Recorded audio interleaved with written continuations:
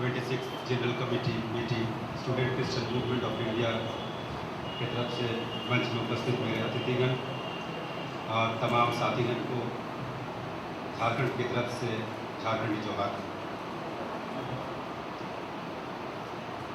आज हम लोग यहाँ आए हैं और जो विषय दिया गया है कि पलायन के संबंध में छात्रों का क्या जायज़ा है। आज हम जो बात आप लोगों के सामने में रखने जा रहे हैं, पिछला 12-13 सालों में जो मेरा एक्सपीरियंस रहा है झारखंड के संदर्भ में काम करने का, इसी के मद्देनज़र हम अपनी बातों को आपके सामने में रखेंगे। जब हम पलायन का बात करते हैं, पलायन एक बहुत जटिल समस्या है और हर समाज और समय की अपनी समस्या होती है और इसका निदान इस वर्तमान समय में है, परंतु इसके जड़ें कहीं ना कहीं हमारे इतिहास से जुड़ी हुई है और इसका निदान के लिए हम जो भी कोशिश करते हैं वो तब असफल होती है जब हम इसके बीच समन्वय और समझ के साथ हम इसको आगे लेते हैं। आज पलायन से हम क्या समझते हैं? पलायन का मतलब क्या है? केवल एक जगह से दूसरी जगह चला जाना? हम लोग का मानना है कि ये एक्चुअली पलायन नहीं है। पलायन एक एलिनेशन है, हम एलिनेटेड हो जाते हैं और माइग्रेशन उसका एक कॉन्सिक्वेंस हो सकता है एलिनेशन। हम जब किसी जगह से दूसरे जगह में जाते हैं तो लोग सोचते हैं कि हम एक जगह से दूसरे जगह में हम मूव कर रहे हैं, लेकिन आप अपने पीछे में अपना कल्चरल आइडेंटिटी, अपने पूरा समाज का संस्कृति, उसको छोड़ के आप जाते हैं और हम लोग उसको क्या बोलते हैं?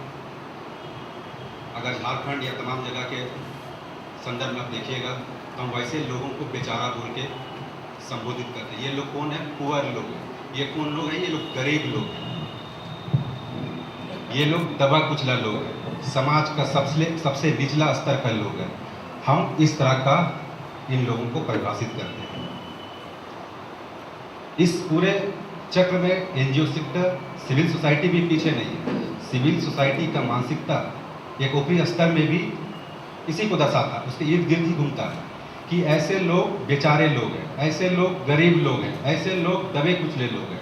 अगर मान लीजिए कभी ऐसा हुआ कि यूएस में एक प्राकृतिक आपदा आई और यूएस का राष्ट्रपति को वापस अपना देश अफ्रीका अपना परिवार के साथ जाना पड़ा और वहाँ जाकर फिर से वो निमन काम करना शुरू किया, खेती बाड़ी का काम, मट्टी कटाई का काम, तो क्या हम उसको बेचारा बोल के संबोधित करेंगे?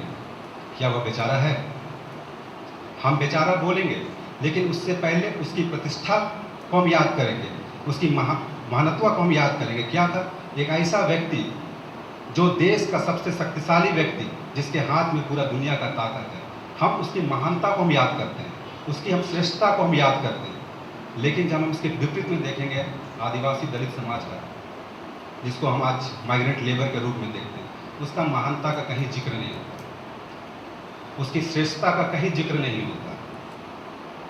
हम ये भी नहीं बोलते हैं कि हमारी महानत्व का जिक्र होना चाहिए, क्योंकि हम ताकत में विश्वास नहीं रखते हैं।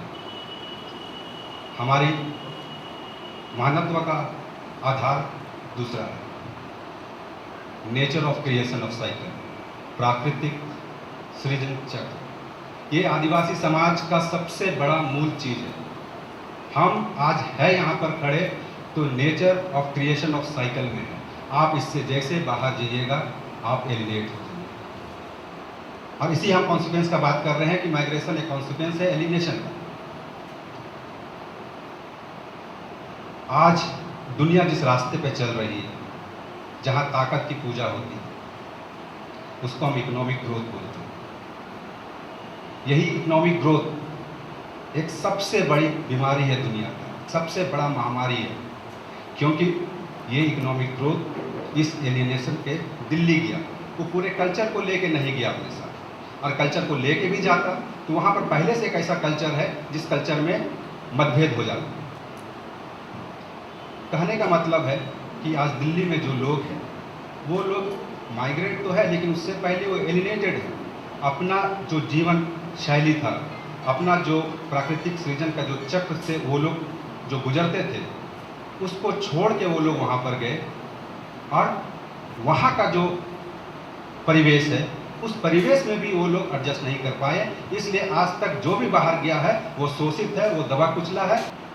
अब हम लोग को सोचना है कि हम किस रास्ते पे चलेंगे।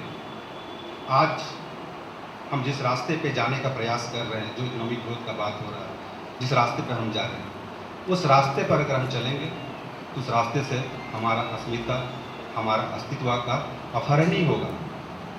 क्योंकि इस रास्ते पे चलने का मतलब है जो मेरा ग्रेटनेस है, आदिवासी समाज का जो ग्रेटनेस है, उससे आपका अलगाव होना, आप उससे बाहर निकल रहे हैं।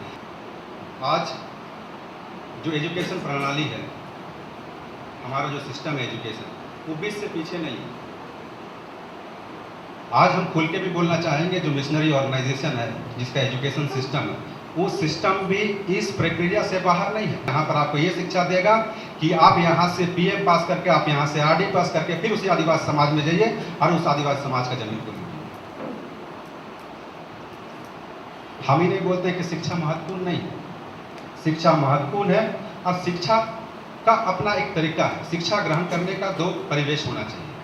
आप शिक्षा ले रहे हैं, वो शिक्षा आपके लिए बेहतर है जो शिक्षा के साथ अपने परिवेश को आप साथ में लेके शिक्षा ग्रहण कर रहे हैं। जो शिक्षा आप ऐसा ले रहे हैं जिसमें आप अपने परिवेश को छोड़ दे रहे हैं, वो शिक्षा कभी भी बेहतर नहीं हो सकता। आप पढ़ाई कर रहे हैं, आप क्यों पढ़ रहे हैं, किस लिए पढ़ रहे हैं, ये नहीं पता। ये इसलिए नहीं पता है कि आप एलिनेटेड हो चुके हैं। कभी क्या होता है, हम अपने आप को माइग्रेंट बोल रहे हैं, हम माइग्रेंट हैं, लेकिन ये नहीं समझ पा रहे हैं कि हम एलिनेटेड हैं। आज जो शिक्षा ग्रहण कर रहा है उसको ये पता नहीं है उसको आने वाला समय में क्या करना है। हम उदाहरण के तौर पे बोल सकते हैं कि पीएम आरडी करने के बाद बहुत लोग जाके बैंक में नौकरी करना है। बैंक में नौकरी करना तो पहले बैंक में नौकरी कर लेना चाहिए। बीआईटी से इंजीनियरिंग करके अभी सचिवालय में जाके नौकरी करो। अगर आपको सचिवालय में नौकरी करना था तो आप पहले कर लेते, आपको उसके लिए इंजीनियरिंग पास करने का जरूरत नहीं थी। आज के जो एजुकेशन प्रणाली है उस आपको थोप दिया जा रहा है कि आपको पढ़ाई करने के बाद सिर्फ और सिर्फ नौकरी ही करना है। नौकरी जरूरी है, लेकिन हम जो परिवेश का बात कर रहे हैं, हम जो नेचर क्रिएशन साइकिल का बात कर रहे हैं, प्राकृतिक सृजन चक्र का बात कर रहे हैं, उसको आत्मसात करके ही आपको साथ चलना होगा। तब जाके हम जो माइग्रेशन के सवाल में बात कर रहे हैं, आदिवासी का मूल्यबोध का बात कर रहे हैं, आदिवासी का आदर्श का बात कर रहे हैं, हम उसको बचा पाएंगे। झारखंड में अभी यूथ में ज़्यादातर जो शिक्षा ग्रहण कर लिया, जो ग्रेजुएट लोग हैं, ज़्यादा से ज़्यादा लोग मरने वाला क्रिश्चियन लोग, शराबखोरी से। हम उसको क्या बोलते हैं, ये लोग बुरा लोग हैं, लेकिन उसके ऊपर में थोपा गया है शिक्षा। आप शिक्षा को थोपे हैं उसके ऊपर, और अभी आप बोल रहे हैं कि ये बुरा आदमी है, क्यों इस शराब पीता है, इतना पढ़ने के बाद नौकरी नहीं करता, वो दुविधा में है। आदिवासी समाज में नौकर शब्द नहीं था। अभी आदिवासी समाज में जाइए, किसी को बोलिए काम करने के लिए, बराबरता का काम करेगा। ये हमारा नेचर क्रिएशन साइकिल में है। आदिवासी समाज में सुपर पावर चीज़ का कोई नाम नहीं होता। कोई सुपर पावर, कोई आएगा ऊपर से, कोई इधर से आएगा और आपको अपना समस्या, जो समस्या है आपका, उससे आपको बचा के निकाल लेगा। ये नहीं हो सकता। आपको ये नेचर ऑफ क्रिएशन साइकिल, प्राकृतिक सृजन चक्र में रहकर ही अपने समस्याओं का हल ढूंढना होगा। आप बाहर हल नहीं ढूंढ सकते हैं, कोई आपको आपके समस्याओं से आपका निदान नहीं दिया कर सकता। आपको अपने ही सिस्टम जो है, अपना जो ग्रेटनेस जो हम बात कर रहे हैं ग्रेटनेस का, उस ग्रेटनेस में रह के ही आपको का हल ढूंढना होगा, अन्यथा हम और एलिनेटेड होते जाएंगे। अब इस पूरे जो पलायन का दंश है, जो ये पूरे समस्या है, उससे बाहर निकलना मेरे ख्याल से एक सांस्कृतिक आंदोलन का जरूरत है। बिना सांस्कृतिक आंदोलन के हम जो समस्या के बारे में बात कर रहे हैं उसका निपटारा संभव नहीं, जिसमें युवाओं का, छात्रों का भूमिका ज़्यादा से ज़्यादा होना चाहिए। हम ऐसे काम कर सकते हैं पलायन को लेके, माइग्रेशन को लेके, और थोड़ा बहुत छिटपुट हम राहत दे सकते हैं, लेकिन अगर पूर्णतः राहत देना है इस समस्या को लेके तो एक क्रांतिकारी आंदोलन करना पड़ेगा, एक क्रांतिकारी बदलाव की दिशा में हमको आगे बढ़ना पड़ेगा।